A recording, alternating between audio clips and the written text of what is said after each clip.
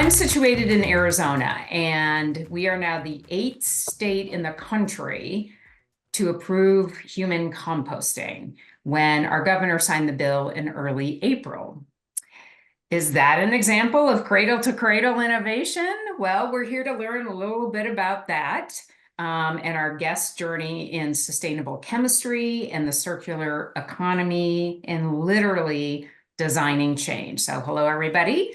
My name is Rhonda Bannard, and I'm the founder and executive director of Earth Gives. We are working to build a community of Earth Givers, however people define that.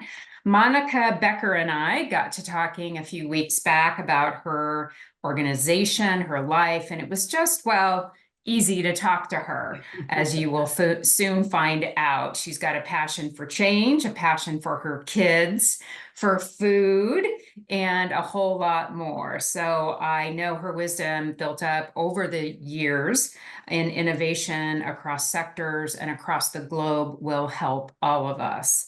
Welcome to the May 2024 Community Commons Change-Making Women Program.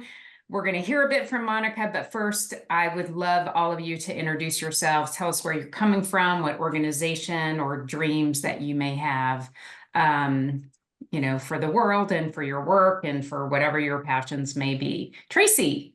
Oh boy. Hi, I'm Tracy McCartney. I'm publisher of Red Canary Magazine. We focus on environmental and social justice articles. We have over 100 articles published. We've won 8 or 9 awards now, up for 3 more and counting. And we've made some change in individual lives, getting wrongly convicted people, young people released from prison. And we've also been working very hard on conservation for the wild horses and burros and also wolves. We've focused on plastics in the ocean and helping to get that taken care of and, looked at in terms of some sort of environmental sustainable solution for that. So that's kind of me in a nutshell. We work with journalists all over the world and photojournalists, artists, photographers, and animators and poets. We just added. So anyway, there you go. Go connect to Red Canary Magazine online. Please. And you're situated in Santa Fe, correct? I'm in Santa Fe right now. We're moving the headquarters to Minneapolis. We are focused on California, the state of California, and the state of Minnesota, primarily. So that's where most of our articles are focused. Great. Thanks. Sandy. Oh, I am unmuted. Hi, everybody. I'm Sandy Stewart. I live in Austin, Texas. I spend a third of my time in California regularly. I founded a local chapter in Austin of the National Association of Women Business Owners 2 years ago, and next at the end of June, I'll be ending my term as chapter president and excited to be shifting up. We went from 0 to 77 members in a matter of 2 years and hosting the national conference in October. So it was pretty amazing. I have been teaching businesses how to run a better business for 23 years. I added sustainability to that curriculum during the onset of the pandemic. It was when I wanted to make a shift and focus only with, working with mission-driven business owners that are wanting to grow their businesses for a reason beyond themselves and beyond their businesses. So I have been teaching sustainability to businesses. I do carbon footprinting for companies. I teach strategic planning. I work with small micro startups that want to start their businesses and incorporate sustainability from the get-go. So, and some things I've been working on, I'm just finishing an article on a film that premiered at South by Southwest in Austin. It is not going to go in the theaters. It's going to go straight to streaming. So I don't know the dates yet. They're working with that to happen. But the article is all about how they did things sustainably in production on the set. So What's the that film? may be leading me to help someone else that I know that is working on getting funding for another full feature film to do sustainability consulting for their project. So everything leads to something else, right? What's the It name of sure. the film? Switch Up. It's a romantic comedy. It was Very cool. filmed in like South Texas, so Brownsville, and so it focuses a lot on homelessness and conservation. There's a large, Sea Turtle Inc. is located there off of South Padre Island, and so it does it incorporates these things into the film itself. They highlight these locations in the film, and then they did things sustainably in the way that they produced the film. Congratulations. Fantastic. Thanks Yeah. for that. Breaking news. Elaine. Hello. My name is Elaine Fogel, and I'm a Canadian American who's been living in the States for the past almost 20 years. Can't believe that. And I have past experience in wearing a lot of different hats, but the most recent one before retiring was a boutique marketing agency that basically focused on and specialized on nonprofit organizations and fundraising marketing. And since retiring, I've taken up art full time. Oh, wow, beautiful. Thank Wow. you. And I'm loving it. And I'm a board member of Earth Gives. And I have, this is my first foray into volunteering and being involved in an environmental organization.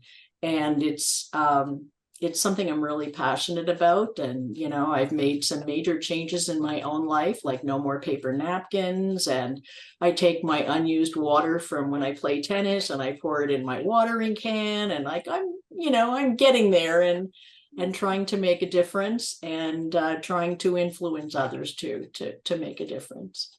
You're also a vegan, Yes. right? Oh my gosh, So that's yeah. huge. It is huge. So a perfect segue to Elisa, because, I go to Elaine's for some insight, certainly, and super thankful for her board leadership, but used Elisa's skills and talents to help with some Earth Gives marketing information, which Renee just looked at Elisa and she was like, wow, these are great. So good job. So Elisa, why don't you introduce yourself? Thank you for that. Hello, everyone. My name is Alyssa Cortez. I am a graphic designer based in the Central Valley of California. So I'm about an hour away from San Francisco. So I do freelance work, which is what Rhonda was just talking about. I helped out with one of the sponsorship pitch decks just a couple months ago. So when I'm not freelancing, I'm volunteering with a bunch of different climate organizations. In April, I was volunteering with San Francisco Climate Week, which is one of the biggest climate conferences on the West Coast. So I was helping out with some of their graphics, and then I got to volunteer at some of the events while also just attending events in general. I just started volunteering as a social media graphic designer with Reworld, and they're all about biodiversity and forest. And then I'm also with climate designers, and they're all about encouraging designers from all backgrounds, walks of life, experiences, and just encouraging them to put climate at the core of their work. So that's me. So nice to meet you all. That's great. So Renee, and I'm so glad Holly just joined too. So Holly, you'll get to introduce yourself in a second. Oops, she popped off. Oh well, Renee. Hi, it's nice to meet you all. And yes, that deck, Alyssa, was amazing. I was like, wow, it's like, this is awesome. I don't know if I've seen one this good. So that was really cool. It's really beautiful work. Yeah, gosh, I don't know. I guess I'm kind of like the person of all trades here. I have worked in conservation for over 25 years, but grew up on a farm of 4 generations of agriculture. So my heart has always been in kind of the earth and conservation. And it's been kind of an interesting journey of how climate change is just kind of not only changing our habitat and nature, but also just, thinking about agricultural economy and how we can keep those big rural kind of intact landscapes from being developed when you think about climate change and community resiliency. And so kind of I'm the conservation director at a nonprofit, a land trust down in Southern Oregon, but I was an executive director for almost 20 years. So I'm also doing some work on the side, consulting, working with a couple BIPOC organizations, looking at organizational capacity, and equitable access to nature and the outdoors is a really big passion of mine. So trying to really kind of help some organizations on their advocacy and their journey with that. So yeah, I just, it's conservation, the environment, working on climate change is just kind of part of my soul. So been so honored and love working with Rhonda. She's such an inspiration and very patient. Yes. Because I'm so busy. Yeah, and someone mentioned before, I think it was you, Rhonda, maybe you're talking about Monica. Yeah, I have 3 kids, so I just love my family. I really love food, and all those good things. So yeah, it's nice to be in the same space as all of you. So she ran and transformed Forest Park Conservancy. So if you've ever been to the urban park in the middle of Portland, that was great. a lot of her, Yeah. right? Yes. Huge. Yes. Work. Wow. Yeah, I know. So yeah, you did some really transformative work there. So hopefully Holly will jump back in, but Monica, look at these amazing women. I know. This is so fun. This is so fun. So, Renee, I'm so glad. Thank you. First of all, Rhonda, thank you for inviting me into this amazing group of women. And there's just so much talent and experience and accomplishments on this call.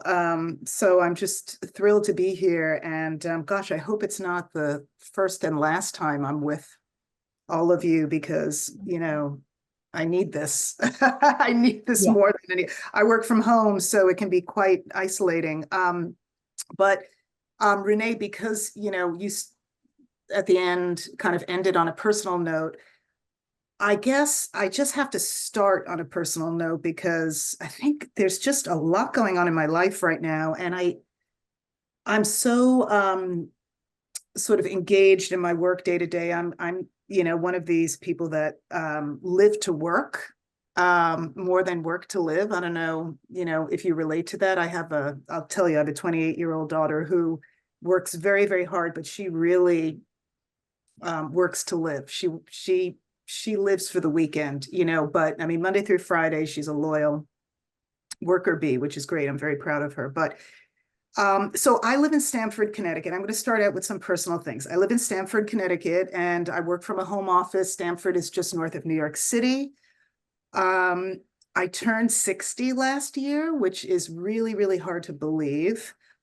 Yesterday, I celebrated my 30th wedding anniversary, and that's even harder to believe because I don't even feel 30 years old, period. I have 3 kids, 21, 25, 28. None are married, no grandkids. However, my 25-year-old son, who's been dating his girlfriend for like 6 years, just got engaged on Sunday. So we're like, just over the moon because his fiance, I have to get used to using that word, is wonderful. And I feel like she's been part of our family. So this just kind of makes it official, which is wonderful. I'm first generation American. Both of my parents were Holocaust survivors. I'm also first generation to go to college. And that really, I think, sort of defines who I am and sort of perhaps why I've made a lot of choices in my life about my career. My parents were not able to get even a high school education and were really blue collar workers. My father in the International Bureau of Electrical Workers Union, New York City, and my mother, ILGWU, International Ladies Garment Workers Union, seamstress. So, I really had this kind of urge to make them proud and so forth. So that drove me. I was, from an early age, was really interested in the natural environment. My father would watch Jacques Cousteau and Mutual of Omaha, Wild Kingdom, and I kind of grew up at his knee watching these shows on TV. And I just developed an early love for, the ocean environment, just the environment generally, et cetera, et cetera. And my first career goal was to be a marine biologist. I went to college initially for biology, but I realized, I didn't really have good mentors. And I realized, okay, I would need to most likely get a PhD in marine biology to do anything of any substance. And that was just kind of daunting, to me. I just didn't know what that was about. And then I found out about this little college down the road. I was in Oswego, New York, a small state school, doing some research, by the way. This is kind of like a through line on pollution in Lake Ontario from the Armstrong flooring factory that was dumping this toxic chemical Mirex into the Oswego River, which fed into Lake Ontario. I was doing some research in a biology lab on, the effects of that contamination in Lake Ontario, and was, really into that kind of work. But when I realized, okay, well, I don't know, I can't fathom getting a PhD, I learned about this college down the road in Syracuse, New York, called the College of Environmental Science and Forestry. And somebody told me, they have this applied chemical engineering program called paper science engineering. And if you maintain a 3.0 average or better, then they give you a full scholarship. And even though at that time it was a state school, tuition was $900 a semester, which is crazy to think about. I was paying my way because my parents had no money. So I transferred to that school, got a degree in this like applied chemical engineering program. I was always a STEM kid, didn't really know from humanities really. And got a job with a chemical company selling chemicals to the paper industry. And for several years, worked as an engineer for this company, Swedish company, had an Atlanta office. And I would go around to paper mills all over North America and to some degree in Europe, trying to convince them to start using our super innovative chemistry to make paper. I had to convince them at 21 years old that they'd been making paper wrong all these years, and there was a better way to do it with our chemistry. And, this was like, there were so few women in this industry, and there was all this. I was like working in paper mills. I don't know if you've ever been near or smelled or inside a paper mill, but it's probably one of the harshest environments. And there were all these crazy things like, nude posters of women holding tools. And, sometimes the guys would like shower naked, at the end of the paper machine, if there was just like a hose or something like that. And, I grew up in Queens and Long Island, and it was a bit of a shock, but I don't know. I was tough. I have 3 older brothers. So I was just like, I'm going to do this. And got some incredible foundational experience doing chemical engineering and working in industry. And though eventually, decided, all right, this is great experience, but I was feeling pretty compromised in some aspects of my work because I just didn't feel like I was really pursuing what I wanted to be doing to improve the environment. And it was after a few years into this, I decided I'm going to do something really bold, just like rewrite my resume. I moved to Boston to reunite with a boyfriend from college, and moved to Boston, rewrote my resume, and was able to get an internship with a company to do some kind of remediation work, like cleanup work, and they liked my chemical engineering skills, and then did that for a while. And then lo and behold, there was a revelation that downstream from paper mills, the bleaching of paper and the effluent from the bleaching of paper created this extremely toxic carcinogenic chemical called dioxin. And long story short, I was sort of able to parlay my expertise in paper making and chemical engineering to work for first a state government agency in Massachusetts and then a consulting firm to look at, what can be done to shift sort of the core manufacturing technologies that paper mills are using to eliminate the source of dioxin production at the core. So really like to re-engineer the process to sort of, at the time, there was this term that was evolving. This was in the late 80s, early 90s, pollution prevention.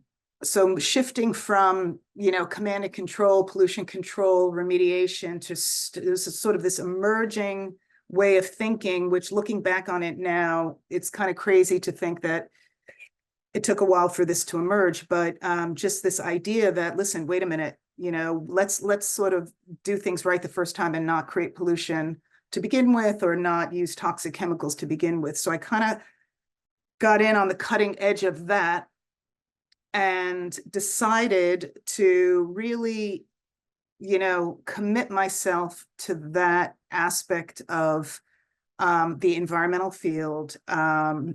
The term sustainability had not even been coined at that time. And I decided it's time to go back to school after 7 years of working to really dig down deep and study this field of clean technology, pollution prevention. Again, the term sustainability didn't exist. Went to MIT, went into a special interdisciplinary program for engineers that were interested in taking their engineering skills and applying them in a policy context. So my thing was environmental policy, and really, really did a lot of good coursework and research on how to harness the power of sort of technology innovation to improve technology for the purposes of doing things right the first time. So designing out waste, designing out toxic chemicals, designing in energy efficiency, et cetera, et cetera. So that was just like a great pivot. And then, my career just was sort of relaunched and just got even more exciting after that. I mean, it's all been fun and it's been an incredible journey.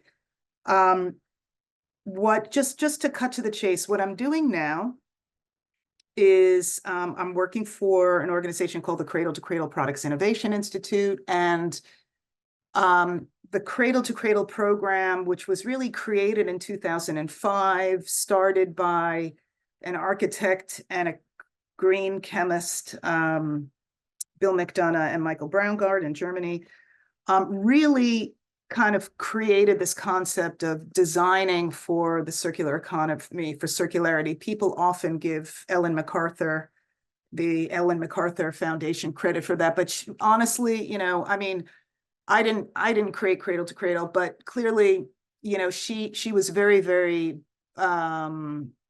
clever and sort of took some existing ideas, repackaged them in a very, very good way, and then really drove them forward. I give her a lot of credit because she really, accelerated the field.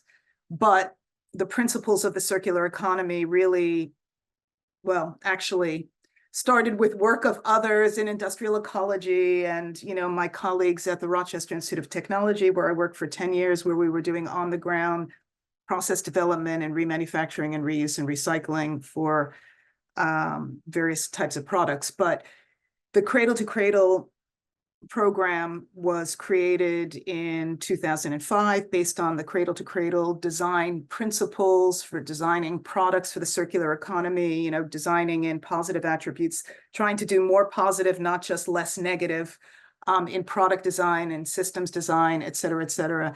So I now work for this organization that was started in 2010 to be the sort of stewards of the Cradle to Cradle certification program. We certify products, all kinds of products, textiles, apparel, products for the built environment, cosmetics, cleaning products, electronics, et cetera, et cetera. We have a very detailed sort of design framework for the products and the systems that are needed to manage products in a circular economy. and a certification standard. Our organization is a nonprofit organization that owns the program, runs the program, sets the standards, et cetera, and we work with a network of what we call assessor bodies. These are basically consulting organizations that we've selected, trained, and we work very closely with to work on the ground with companies to kind of help them with the design, optimization, assessment of their products, et cetera. So I've been with the Institute for a bit over 4 years. I started in kind of like a market development, business development role, but I'm now kind of working, on the leadership team, leading a lot of the strategy work and sort of the overall development work. We're in the process right now, and I'm deeply involved in this of developing a new certification product. We have our full certification, which is very, very broad and addresses many, many aspects of sustainability, and I can go into more detail if that's of interest. We have a material health certificate, which really drills down very deeply into the safety of the chemistry in a product. And now we're developing a new certification that very narrowly focuses in on circularity with material health. So it'll be safe and circular. But it strips away some of the pieces of our broader certification that deals with clean air and climate protection, carbon, energy, use of renewable energy. That's not going to be included in this certification. Our corporate sustainability piece is not going to be included in this narrower certification, and our water and soil stewardship piece is not going to be included. So it's kind of exciting. We've only had 2 products, and now certification products. Now we're developing something new, and it's kind of an exciting adventure to figure out what the market needs, what to call it, what the scope should be, what the requirements should be, how to move it forward. There's some competition on the horizon. We're trying to figure out where we fit in with that. So I'll stop there. I see, Tracy, your hand is up. Tell me what you're interested in. I can dig down deeper into anything of interest. First of all, thank you for being here. And thank you for all your work. Wow is about all I have to say. Wow. Boy, are we blessed to have you here. Oh, goodness. Thank you. Thank you so much. Just a couple questions that were crossing my mind as you were going on, and I'll just kind of throw them both out at you. So I'm wondering, number one, I'm assuming that you are putting together systems for a variety of industries. How many industries, and have you prioritized them in terms of their potential positive impact on the whole climate crisis and everything that's going on with environmental sustainability? Oh, I love that question. Well, so we are active in roughly 15 industry sectors. I mean, we have some, one-offs here and there, but for the most part, we have, a good number of certifications in around 15 sectors. When the program got started in 2005, I think because it was started by an architect and a chemist, largely, the influence of the architect, Bill McDonough, who I would say, had more of a footprint in sort of getting this program off the ground. We really started out strong in the built environment.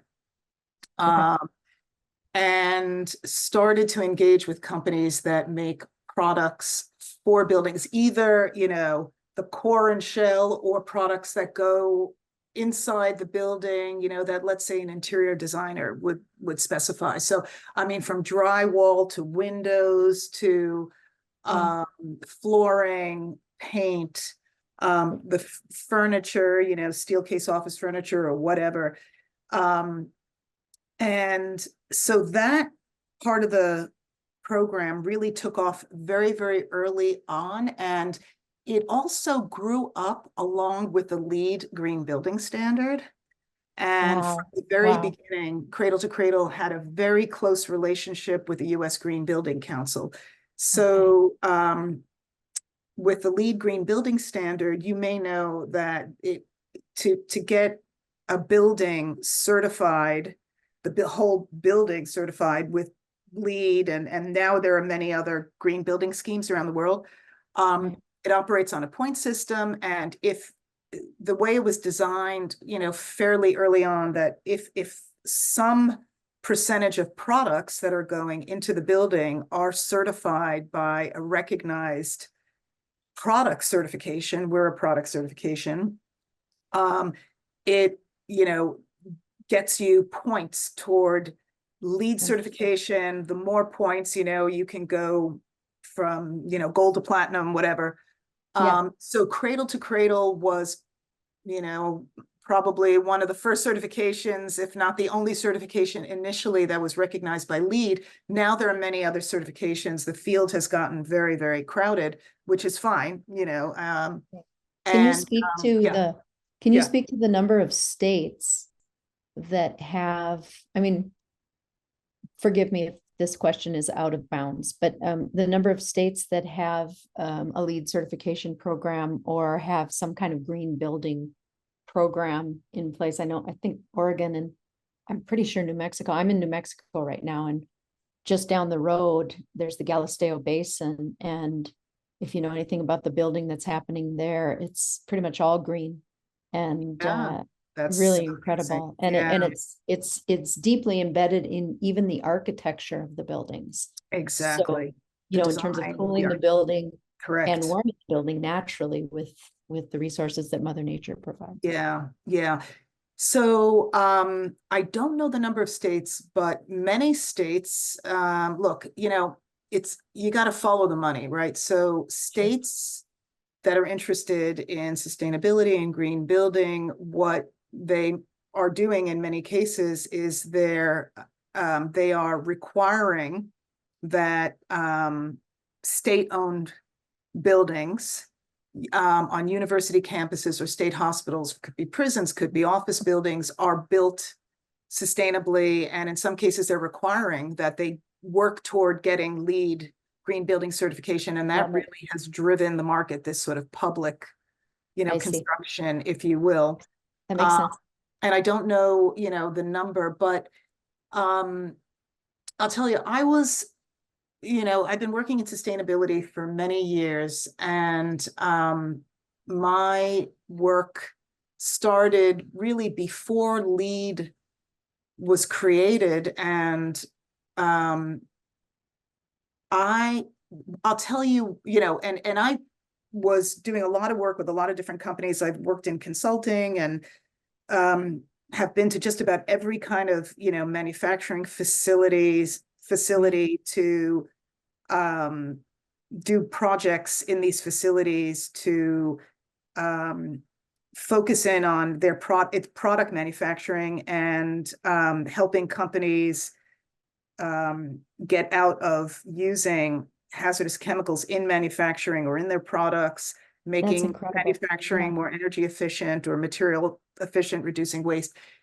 And we were really like beating our heads against the wall just to get in the door.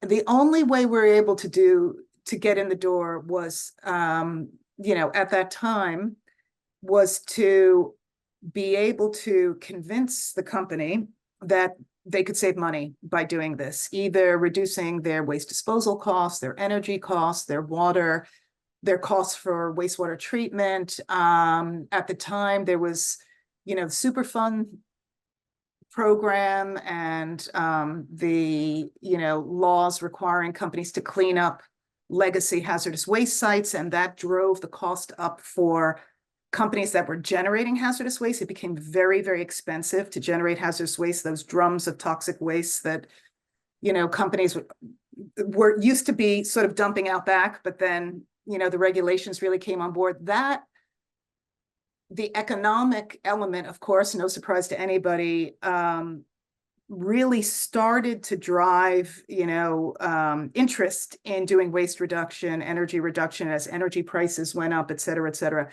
So, in some cases, the payback was not so impressive in terms of what we were proposing to these companies. We could see materially, we were able to reduce the amount of toxic chemicals that were being used in factories and making these factories safer for workers.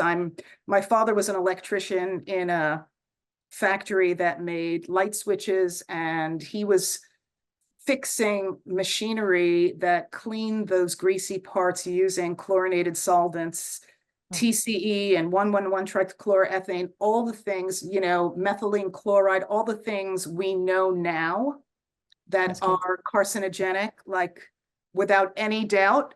And, he died of kidney cancer. Who knows? Could have been something else, but I was, pretty convinced these vapors that the machines were generating, which is, the vapors were the things that were dissolving the grease on the parts and cleaning the parts. So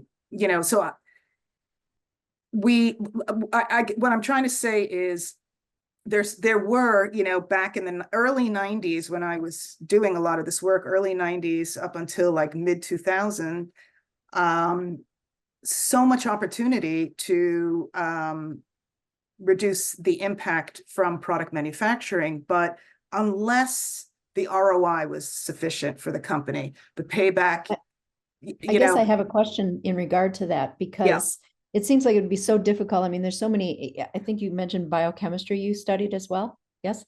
Not biochemistry, but I know a little bit about it. Yeah, chemical engineering was my field. So yes. I know there's microorganisms that are, I'm thinking of Stericycle and various others that get rid of medical waste, live microorganisms that will actually eat toxic waste. And then through the transmission of the microorganism, it actually becomes non-toxic. So I know that exists, but I don't know. I am absolutely, familiar. There's, bioremediation, it's called, where you use genetically engineered microbes to clean up spilled oil, for example, or something. I mean, if the chemicals are too toxic, it's going to kill the microbes. So, anyway. That makes sense. Yeah. But it But is, I mean, when you look, go ahead. when you look at the Rhonda. when you look at the ROI, it doesn't really, it's gonna increase. It's all gonna cost. But Right. anyways. So kind of matching Tracy's point with something Sandy talked about earlier. So she's starting at, startups, small businesses and all of that. Alyssa is doing the same thing. She has the opportunity to influence. She's not technically a nonprofit, obviously.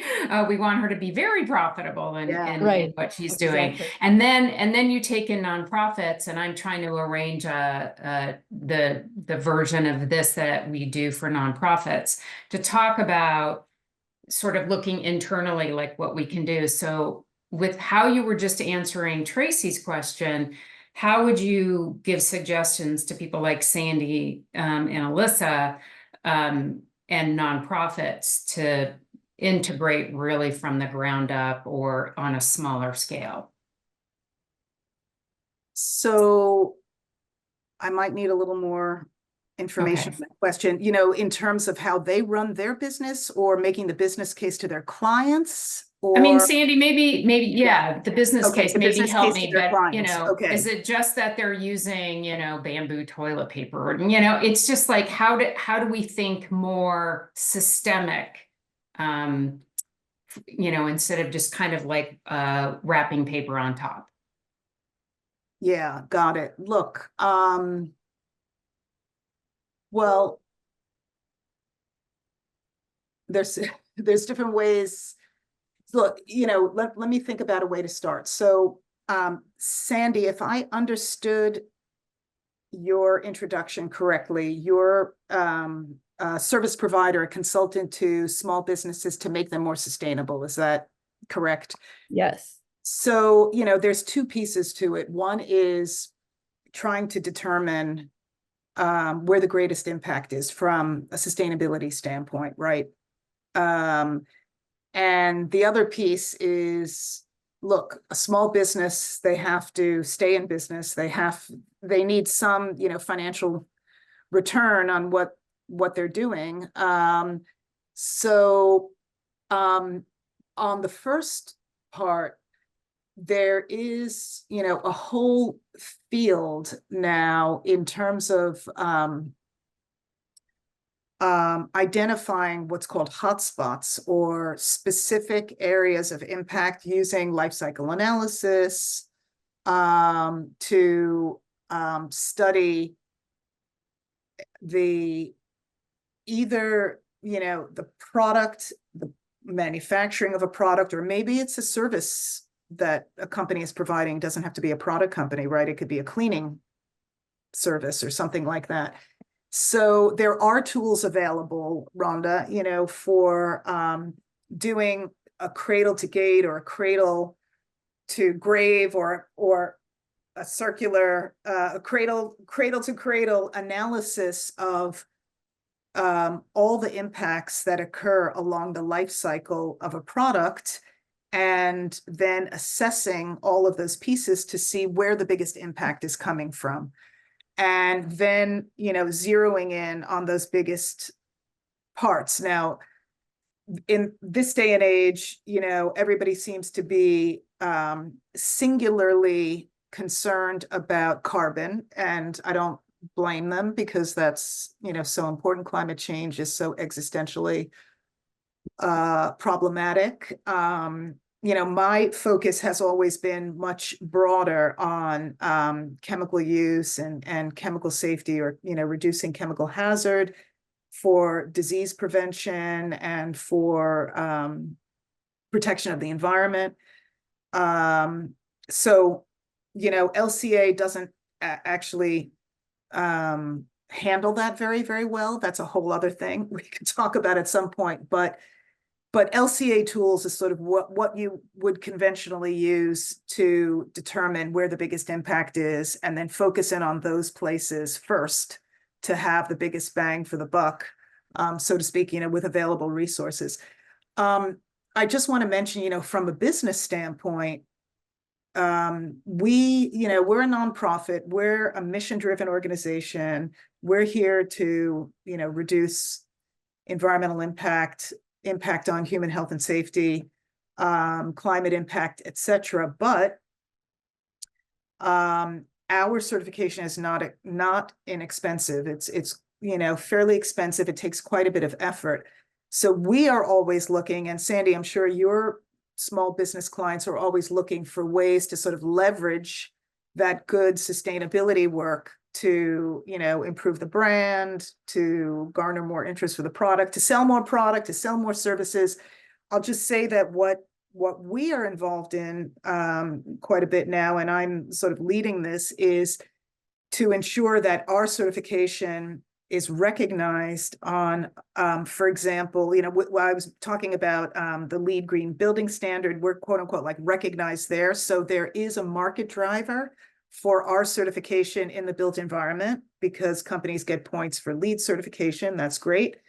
The newer thing on the block here is that a lot of retailers have these sustainable shopping platforms like Amazon Climate Pledge Friendly. Does anybody know about that?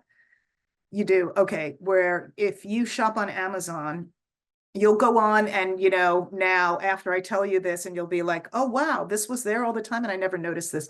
So Amazon has this quote unquote sustainable shopping platform. What it is that products that they sell that are certified by around 50 certifications that they've like dove into and have determined to be really good, robust certifications. Products with these certifications get a badge, and they're kind of elevated on Amazon's shopping platform. They get higher priority than comparable products. And you can get all kinds of information, now on Amazon. They're just constantly improving this thing on the sustainable attributes of products that are sort of featured as part of their Climate Pledge Friendly platform. So, we are featured on Amazon. We were one of the first certifications. I think the first certification that they actually identified as they were just developing this program, and we've been working very, very closely with them. And there's a number of other retailers that are doing similar things, not in as sophisticated a way as Amazon. Walmart has a program. There's a few in Europe. as well. So we're working very, very hard to get that recognition because that's a real market driver for us. And Sandy, you know, it's critical from a business standpoint to always look for these ways that these companies that are small companies, particularly they're going to invest in sustainability, can get a business benefit out of doing that work. I mean, that's the real world, right? Because that'll continue to drive more and more, you know, investment, hopefully, in that sustainability work. Anyway, let me stop there and see if you Who have. else has questions, thoughts, comments?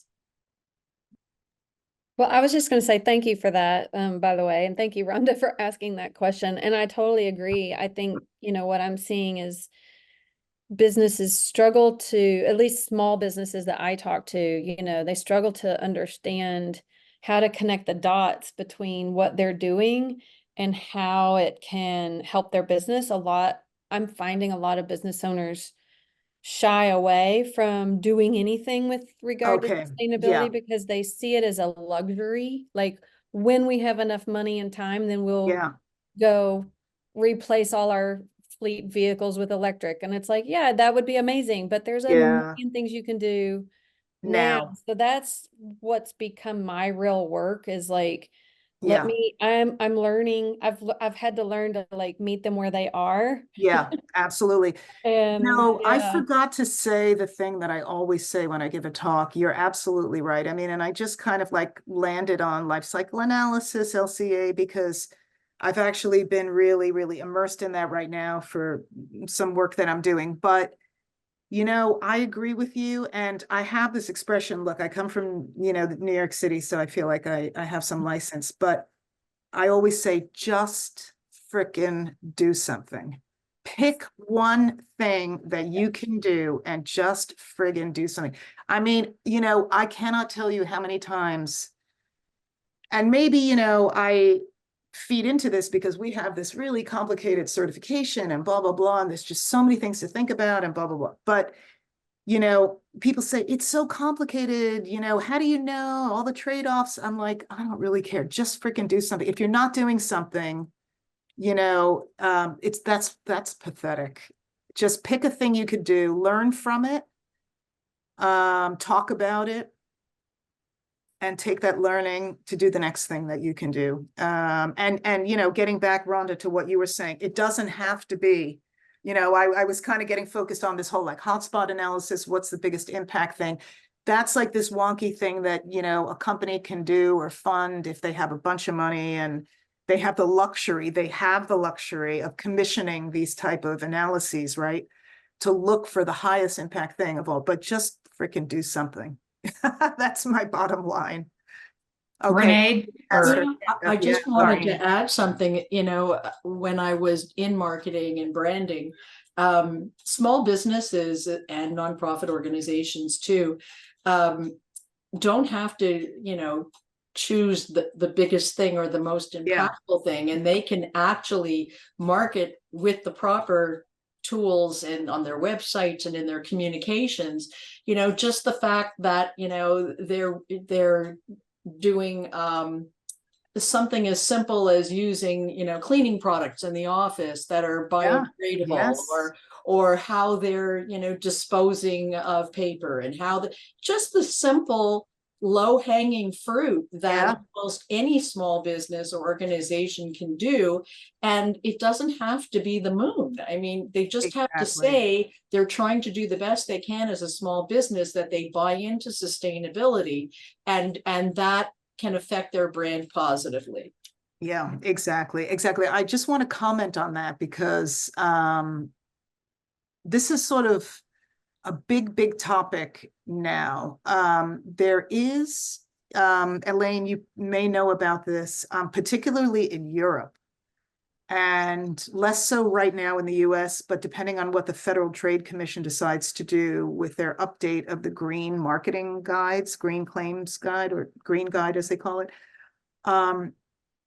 there is sort of a crackdown happening now on these claims and what companies can say and not say. I mean, I think that, Elaine, like what you're saying in terms of what a company is doing, let's say in their own operations, that's probably a bit more straightforward. What can be said about a product? There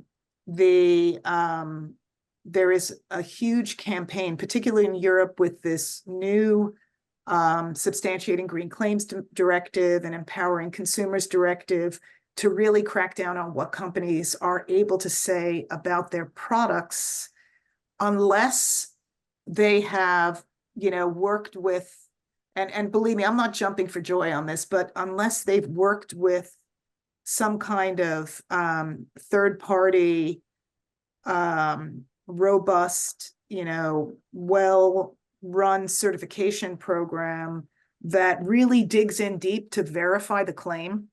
So what you're finding in Europe is that as this legislation is evolving and the requirements are starting to evolve, a lot of big companies, these big companies like CNA and H&M and G-Star and Procter & Gamble and Unilever, they're pulling back on their product claims because there is the threat of them being fined and sued and all of that. Anyway, there's a whole huge field, and this is, takes up a lot of my time now, because while we do things really well, there are going to be some additional things that we're going to need to do as a program to meet the specific requirements in the EU, which is fine. I think it's just going to improve what we're doing. They're setting out some very, very tight requirements, and the Federal Trade Commission in the US has been undergoing this process to take comments in on their marketing claims guidance. I mean, there have been lawsuits in the US too, but the US is lagging behind as usual on this. So unclear what the FTC is going to do. But anyway, for anybody on this call for where that's, relevant, just heads up on that. It's kind of an interesting development. Well, doesn't that kind of underscore the tug of war between private, public, and the third sector? I mean, we want to do good, yet, anybody can make claims and say it's wonderful. Yeah. And it's also the push and pull of legislation versus, the libertarian view. Let us do whatever the hell we want to do. And I think that we're and say whatever we want. Yeah, exactly. It's anti-greenwashing. It's really all, it's an anti-greenwashing move. Yeah. That's really what it is at its core. And it's kind of, some backlash, I guess, but in a good way, to really hold companies' feet to the fire, to say, look, you can't, even in, sorry, you may disagree, but even in the era of Trump, you can't just say anything you want about what you're doing. Well, especially in social democracies like in Europe and Canada and, places where people matter. Yeah, exactly. A little more. Yeah. No, I think it's good. I think it's really, really good. I mean, there's a lot of consumers are interested in using their money to support better companies and to buy better goods, better products for their families and but we need good information. We need companies to be more transparent. We need more reliable claims and information on products. And I think this is great. We also need to invest more, if I can add, in social marketing, and that is not social media marketing. Yeah. This term existed long before we had social media, and governments do it and private do it, but it's really about influencing the public to do good for doing good's sake because XYZ will benefit. Yeah. That's the social marketing that we probably need to do a lot more of to change minds and hearts. Yeah, absolutely. I agree. Okay, before I come to you, I just want to make sure Renee doesn't have a question because I was sensing that she had something to say. Yeah, no, I did. It was more of, and it's, it can wait too. It was just, I know big companies like, Keen Footwear were doing a lot of work around their chemicals and processing, and rubber soles were one of it was just so nasty. And I know they've been working for 10 years to kind of, clean up, how their manufacturing processes and all over the world. So I'm just curious, are there companies like that that are kind of a model, that are potentially even helping other smaller companies, whether it's with funding or any kind of support, or like sharing how they did it, their models, to make it more efficient, and easier for some smaller companies to do this work? Yeah, no, that's right. I actually did a bunch of work in the outdoor industry with companies like Keen, working for the Outdoor Industry Association, which is the trade group for that industry, and some European trade associations for the outdoor industry. One of the big things that they've had to deal with over the years is the use of PFAS, perfluorinated substances, durable water repellents on their clothing and footwear and so forth. There's been a lot of pressure on them from Greenpeace, for example, on emissions from their factories in Asia and all that. And the outdoor industry companies, they're really, really sensitive about their reputation.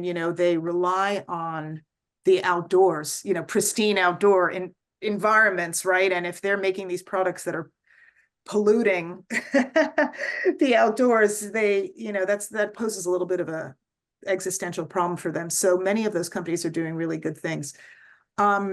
I'll tell you, I was just at this big conference in, this is not about the outdoor industry or apparel and footwear right now, but a very, very recent example that I heard about last week. So I was at this big circularity conference put on by this organization, GreenBiz, in Chicago, and Google was there. And we think about Google, for many things, but as you know, they have electronic devices, they have their phones, they have smart speakers and all of this stuff. And they're really, really trying to be as sustainable and circular in the design and manufacturing of their products. And they presented this really great project that they did to completely eliminate plastic packaging from their cell phone packaging system.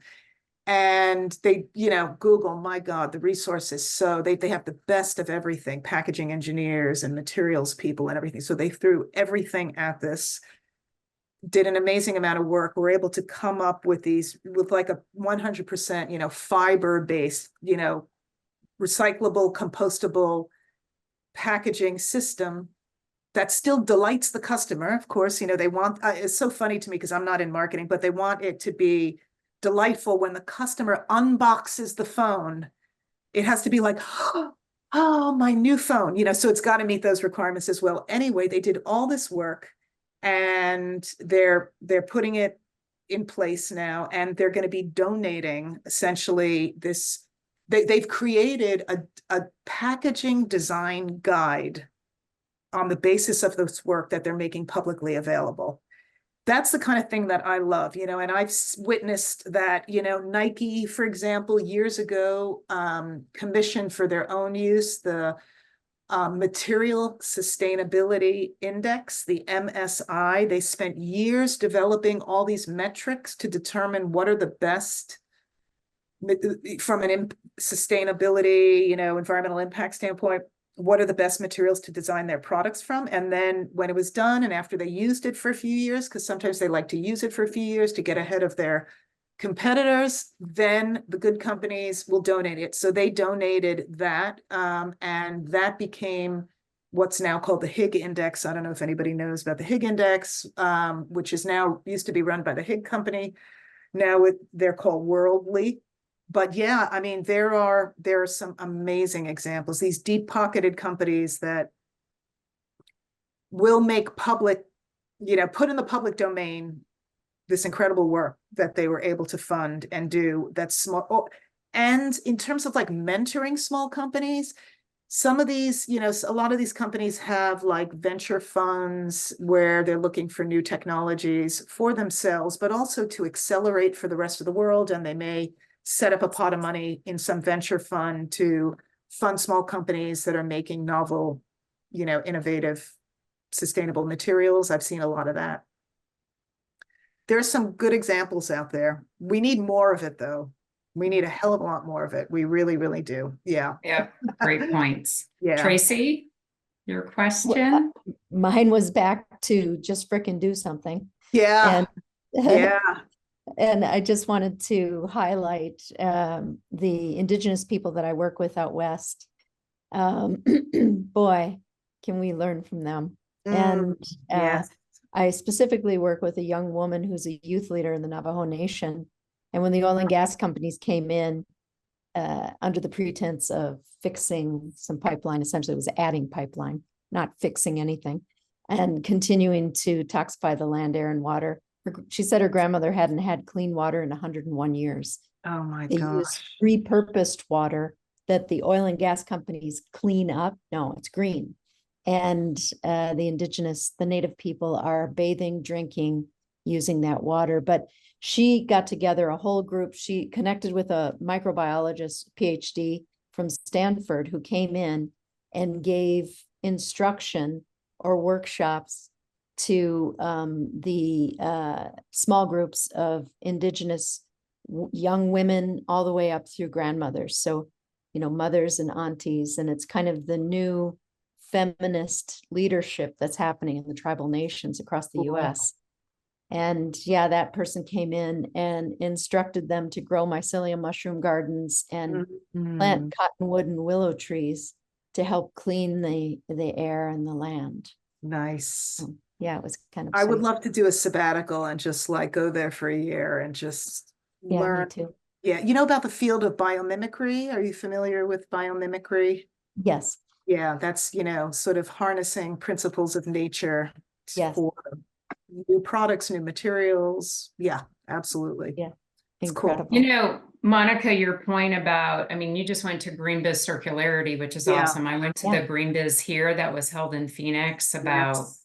I don't know.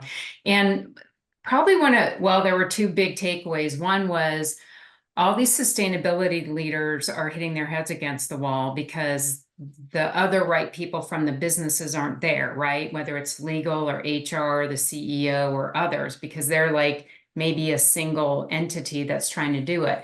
But then you also have the sponsors that came in, and I heard two presentations from P&G, and people were just like, what? You're telling us that because your dishwashing soap is so efficient, we can wash our dishes more instead of hand washing? It was just like the crazy, and then the guy from PepsiCo got up and did, it was a short keynote, and he put up a slide, on the main stage about all of his products. And I'm looking at him and going, every single one of those products are not necessary. And yet they're calling them Doritos chips and Pepsi. Exactly. So soda, and believe me, I was a big time soda drinker before, but it was, he's calling himself like regenerating agriculture and all that kind of stuff. And I'm like, literally, we don't need any of that. No, It's making no. us sick. Yeah, Anyway, so But it was it's really not going away anytime soon. No, it is not. No. It is not. This is No. why I'm a little, I keep working in this field because it's what I do, and it beats selling real estate, I feel like. Maybe I'm There making you just go. tiny, not that there's anything, we need realtors, and my Yeah. good friend is a realtor, but what's really kind of bugging me, forget it, don't get me started on, processed foods and sugar and all that kind of stuff.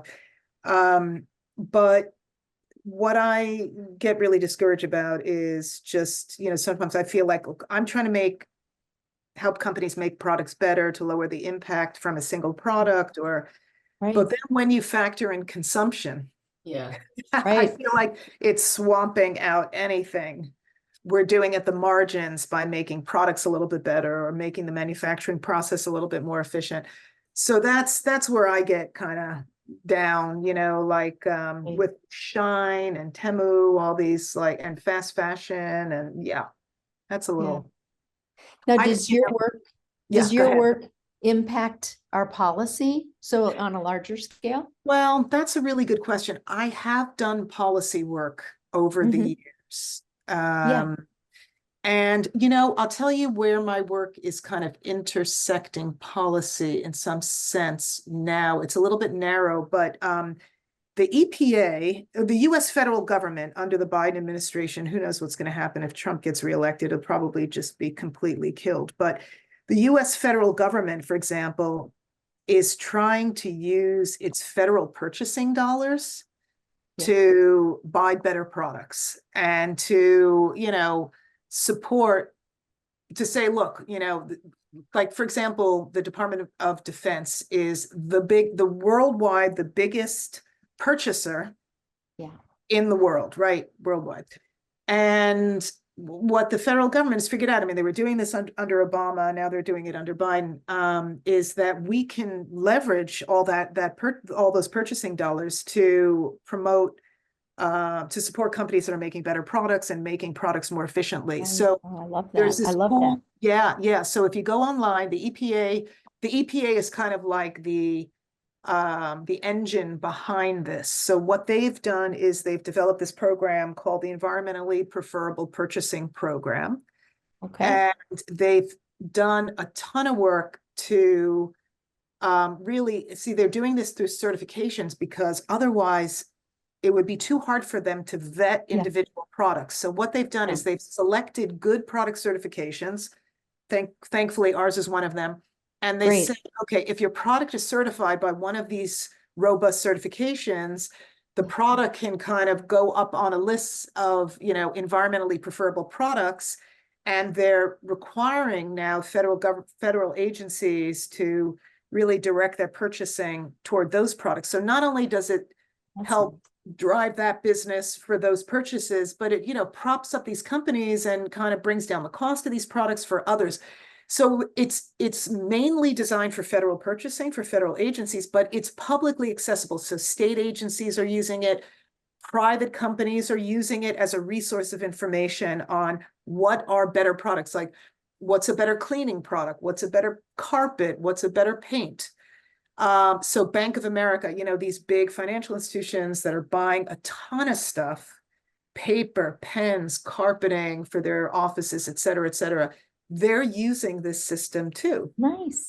So That's a great story, Tracy. That's huge. Yeah, it's huge. Yeah. It's really, really huge. Yes, we'll need And, your contact information. Yeah. Well, listen, and I know who to send you to if you want to write an article. Jenna Larkin at the EPA is more or less like leading this effort, and she's great. She's a smart young woman. Fantastic. So How do you drive that's- yourself up that list? Your How do you- company. How do you up the drive? list. Yeah. Well, look, really.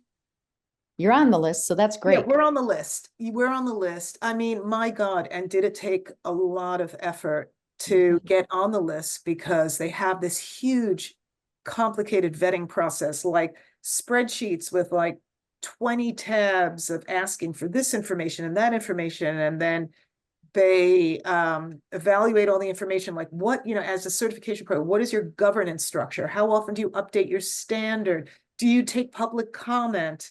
How do you prioritize, Rhonda, as you were saying, the impacts that you focus on in your certification? I mean, just on and on and on. Very robust. I just had to go through all of that with the IRS. Very similar questions. Yeah, Same question. exactly. Yeah. So there is a lot of good stuff going on. I do a lot of work with Washington State because I have two really, really good friends that work for Washington State Department of Ecology. One is helping to run their green chemistry program, and the other is running their new safer cosmetics program. So I support them. I mean, that's kind of like another policy thing. They have a law that was passed a few years ago restricting the use of certain toxic chemicals in cosmetics that are sold in Washington State. What about the animals? That's a really, really good question in terms of testing on animals. So that law does not focus on testing on animals. But look, there's Leaping Bunny, there's plenty of certifications, and some of the most common certifications that cosmetic companies get are Leaping Bunny, which is a certification of no animal testing, vegan, USDA Thank you for being a vegan. Yeah. So well, that particular program doesn't address that. There are other things. I don't know if there's any like purchasing program from some state or local government that says we'll only buy products that are not tested on animals. But you know what? But let me tell you something. We need that. We need that. But at the same time, there in the EU, there are such strict laws against testing on animals. Thank And goodness. do you know, in the EU, I mean, I've done a lot of work in the cosmetic sector.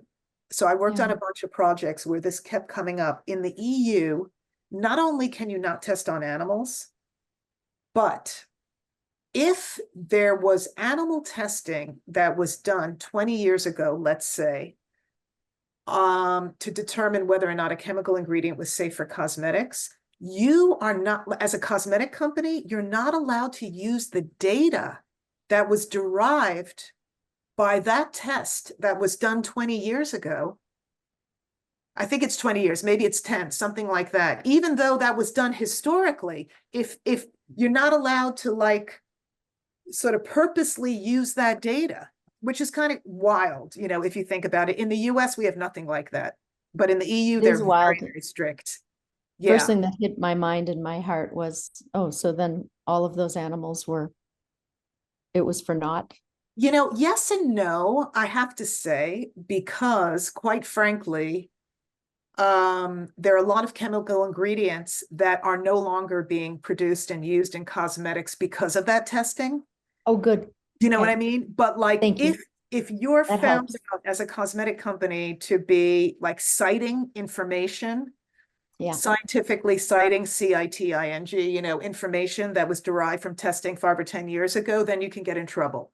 But, Interesting. you know, it was not in vain, because there's a lot, you know, that was acted upon based on that research. So anyway, I just find That's that wonderful. fascinating, but Yeah, me too. Yeah. Yeah. Well, let me wrap absolutely. up for a second Okay, and stop the okay, cool. recording, and then we can hang out for a moment of a happy hour. But thank you all for joining our Community Commons session, and this has been just incredible. Appreciate you, Monica, for Sure. being here and educating us so completely, and hope to keep learning from you as we go. So thank you. Thank you so much. This was really a pleasure. Great to meet you, and reach out to me on LinkedIn and let's stay in touch.